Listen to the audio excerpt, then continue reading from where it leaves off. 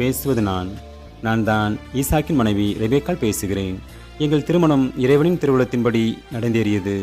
நான் என் தந்தையின் ஆடுகளுக்கு தினமும் தண்ணீரை வைத்து பணி செய்தேன். ஏனெனில் நான் அன்றாட உழைப்பை விரும்பினேன். என்னை பெண் பார்க்க வந்தவர்களின் ஒட்டகங்களுக்கும் நான் நீர் இறைத்தேன். இந்த பிறரன்பு குணத்தால் தான் நான் இருவரும் இனத்திற்கு தாயாகும் பாக்கியம் கிடைக்கப் பெற்றேனோ என எண்ணுகிறேன்.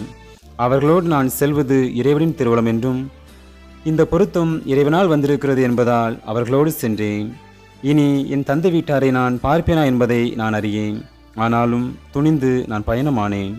திருமணங்கள் இறைவன் முன்னின்று நடத்தும் திருமணங்களாக அமையும்போது அவை சிறப்பு பெறுகின்றன. இறைவனை மறந்து பணம், படிப்பு, அந்தஸ்து, அழகு போன்ற விஷயங்களின் மீது அதிக கவனம் செலுத்தும் போது திருமணங்கள் பெரும்பாலும் தோல்வி பயணத்தின் தொடக்கமாகவே அமைந்து விடுகிறது. நான் என் இளைய மகனை மிகவும் அன்பு செய்தேன். அவனுக்கு அவனது தந்தையின் ஆசி கிடைக்க குறுக்கோளியை நான் காட்டினேன். ஏனெனில் தந்தையின் ஆசியின் மகிமையை நான் அறிவேன். எனவே அந்த ஆசியை யாக்கோப்பு பெற செய்தேன். என் நிலையில் இருந்தாலும் எவ்வழியிலும் தந்தையின் ஆசிரை நிறைவாக பெற முயற்சி செய்யுங்கள். ஆனால் என்னைப் போல ஒருதலைபட்சமாக பிள்ளைகளிடம் அன்பு காட்டாதீர்கள்.